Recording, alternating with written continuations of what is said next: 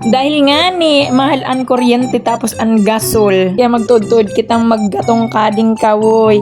Taning dapat tataw kita kading magluto sa di taning dawa sa tagilid na raga mabuhay kita. What?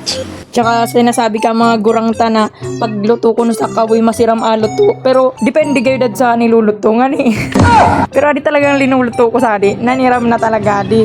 O adi amo di sa binabaw na ginataang gulay na halo-halo na may sahog na kanuos. Oo, kanuos sa Bicol, pusit sa Tagalog, pero pusit sa diso sa Tsaday. Pero di ko isi kung nga tatamay na abaoy ninyo. Amo yan, nagpaliwanag sa naman akong gatikot.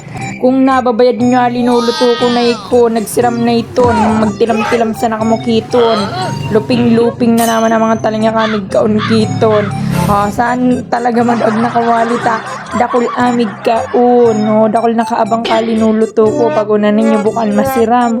Uy, naniram na iton. Basta luto ko naniram na iton. Ungan pa ninyo agum ko.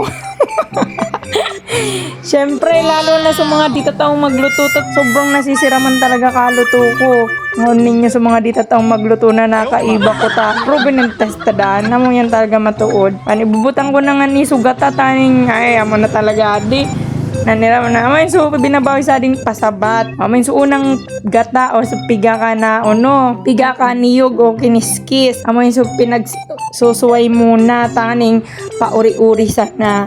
Amoy so pag masira pauri-uri sana. So pinalibag ang baoy. And ulat-ulatan tanasanayan madali naman ang maluto. Magtagadurudul sina muna kamo tubig-tubig sa hanta. Binakot na ding nagluluto. Amo na dita. Ready na di. Pwede na di. Awunon na sana ninyo, tadi ko di kayang awunon. Lang urag-urag, di man palan kaya.